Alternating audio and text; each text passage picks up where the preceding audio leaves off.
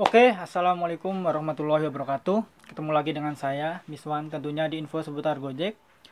Jadi video kali ini kita mau ngebahas soal kemarin ya, ada ojol yang motornya itu dibawa kabur oleh DC gitu ya, debt collector. Nah, ini kenapa jadi menarik untuk dibahas? Karena kejadian seperti ini itu terulang terus gitu ya, terulang terus. Bahkan setiap tahun itu pasti ada kejadian. Sebenarnya ini kejadian banyak, cuman kadang cuman yang terekspos cuman beberapa gitu. Sebenarnya ya kalau menurut saya banyak juga di jalanan, cuman eh, ya yang viral cuman beberapa. Dan kali ini ternyata cukup cukup viral, cukup luas gitu ya, cukup populer. Jadi saya berniat ngebahasnya menurut pandangan saya itu seperti apa, karena saya juga pernah ngalamin telat bayar juga pernah, karena saya dulu juga pernah juga gitu kan nyicil motor. Cuman untuk sekarang ya saya udah nggak nyicil-nyicil kayak gitu lagi gitu ya. Oke, simak video ini sampai selesai ya.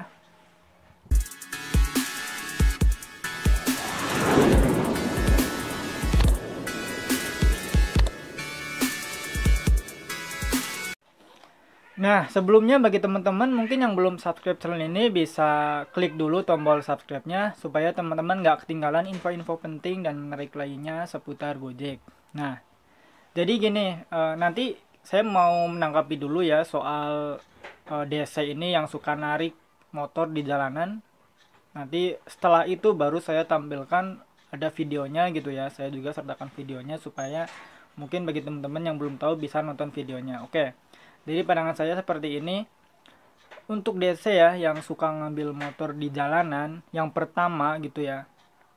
Ya ini salah sih. Aturan sebenarnya kan harus mengikuti SOP gitu ya. Harus sidang dulu mungkinnya di pengadilan ya. Itu yang paling benar. Atau mungkin kalau misalkan mau narik pun ke rumah. Itu yang paling benar sih, ke rumah koordinasi dulu gitu ya. Karena gini, sebenarnya kita sebagai mungkin nasabah ya yang mungkin telat bayar ya sebenarnya nggak membenarkan. Cuman kalau misalkan mau kayak gitu juga gitu ya, yang jadi masalah kan gini, ada DC di jalan terus motor narik motor ya. Ternyata dia ngaku misalkan dari salah satu leasing gitu ya, mungkin katakan apa gitu ya, secara leasing A misalkan. Nah, si leasing A ini eh, disatut sama si desa ini. Ini motor karena leasing A gitu ya. Nah, terus keesokan harinya kita pas datang ke leasing A, ternyata di kantor itu bilang, oh itu bukan desa kami gitu kan. Ternyata motor kita itu nggak ada gitu ya. Ini yang jadi masalah kan. Nah, jadi kita sebagai ya nasabah di jalan suka eh, kesal juga kan. Jadi motornya kemana gitu ya. Kalau misalkan kita udah bayar tunggakan juga, motor nggak balik karena ternyata itu bisa jadi orang-orang yang tidak bertanggung jawab gitu ya, bukan dari orang kantor resmi. Itu kan ada juga, makanya kita suka kesel kalau ada yang ngambil motor di jalanan, suka malah ditirakin maling seperti video yang mau kita putar juga kan itu terdengar sayup-sayup itu dia menerakin maling gitu ya. Ya emang kita paling udah bayar berapa ini ya, mungkin udah hampir lunas, ada juga dipaksa ditarik di jalan gitu ya.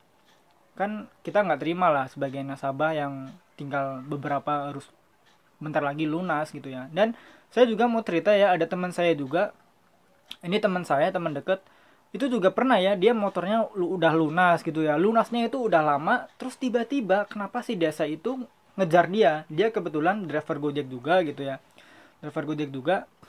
Malam-malam dia dipepet sama dua orang dipepet. Terus teman saya waktu itu mau bawa orderan GoFood, ini juga pas saya dengar ceritanya saya juga kesel juga ya, karena ini motor udah lunas kenapa dipepet. Terus pas dia udah berhenti gitu ya, di intinya dia disudutkan ini bahwa motor itu belum lunas, belum bayar.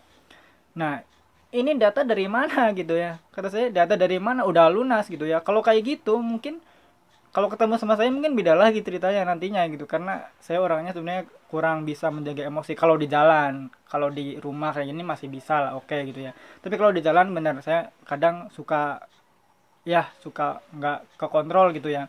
Jadi berhentiin, posisinya udah lunas. Nah, pas kita di debat, di situ di debat, si teman ini telepon istrinya mau nunjukin bahwa ada BBKB-nya. baru si DC ini bilang minta maaf bang, minta maaf gitu ya. Ternyata bener ini motor udah lunas. Lah, kamu dapat data dari mana gitu ya? Main merentin ojol, bisa jadi itu kan bukan DC yang resmi, bisa jadi mungkin cuman modus aja mau ngambil motornya kan. Jadi kalau misalkan buat teman-teman yang di jalan kalau mau ngambil ini, ya bener, teman kita yang di Jakarta ini pertahankan motor sebisa mungkin gitu ya, sebisa mungkin, karena takutnya itu bukan dari pihak leasing yang resmi. Karena kalau misalkan dari resmi juga kan biasanya ke rumah. Saya juga pernah telat bayar beberapa bulan, bukan 1 bulan, beberapa bulan pernah. Emang si leasing ini datang ke rumah baik-baik, ngobrol gitu kan, ini mau dibayarnya kapan, diselesaikan gimana, dan akhirnya emang selesai. Nah beda lagi kalau di jalan kan, di jalan bisa-bisa motor melayang hilang, kita ke kantor, orang kantor bilangnya itu bukan desa kita, ya udah wassalam, kemana motornya gitu ya. Nah jadi itu pandangan saya, mungkin bagi teman-teman juga ya. Kalau intinya sih gini, kalau desa ini resmi kita masih bisa, oke, masih bisa menerima, karena kita juga menyadari bahwa kita itu belum bisa bayar gitu ya, mungkin karena beberapa faktor terus kita belum bisa bayar.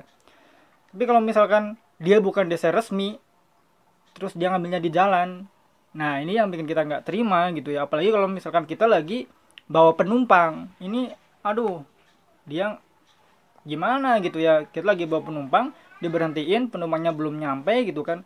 Mungkin kalau misalkan mau ya udah, diberhentiin dengan baik-baik, terus kita ngobrol di rumah gitu ya, jangan pas benar-benar di jalan. Intinya sih gitu aja sih yang bikin kita nggak terima sih. Yang pertama ya itu bukan desa resmi kebanyakan kalau yang di jalanan.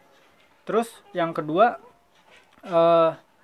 ya maksa-maksa kayak gitu, karena kita takutnya kan dia kayak begal deh gitu ya, kayak begal lagi, cuman dia nyamar di jalan gitu ya.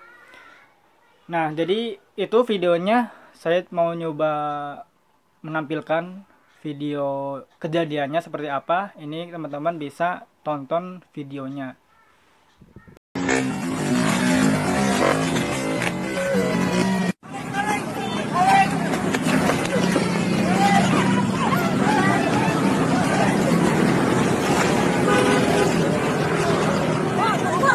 Ya Allah.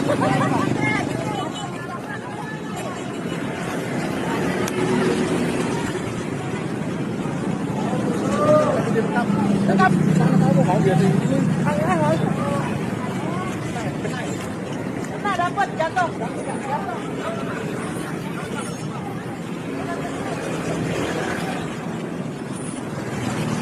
Iya.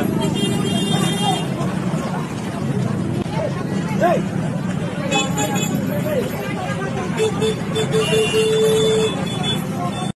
Nah, jadi itu videonya. Mungkin teman-teman bisa tulis komentarnya seperti apa soal video ini. Apakah kalian setuju dengan desa ini yang mengambil di jalanan, atau kalian nggak setuju? Silahkan tulis di kolom komentar. Dan kalau misalkan teman-teman mau share video ini nggak apa-apa, mungkin mau berbagi ke yang lain, oke-oke aja. Dan mungkin bagi teman-teman yang belum subscribe channel ini, bisa subscribe dulu ya, supaya teman-teman nggak ketinggalan info-info penting dan menarik lainnya seputar Gojek. Oh ya, saya lupa ya, ini buat teman-teman ya yang di jalanan, yang sebagai driver ojol, kalau bisa ya selalu pakai ini ya, jaket gitu ya. Karena saya lihat di video ini kan dia, saya nggak tahu dia driver Gojek, driver Grab, driver ojol yang mana gitu, karena dia nggak pakai seragam kan, jadi kita nggak tahu gitu ya. Tapi narasi di sini kan dia sebagai ojol, meskipun kita nggak tahu sih ojol apa gitu ya. Oke, terima kasih ya untuk yang udah nonton. Jangan lupa jaga kesehatan dan jangan kebut-kebutan di jalan. Semoga akunnya tetap gacor. Wassalamualaikum warahmatullahi wabarakatuh. Salam satu aspal.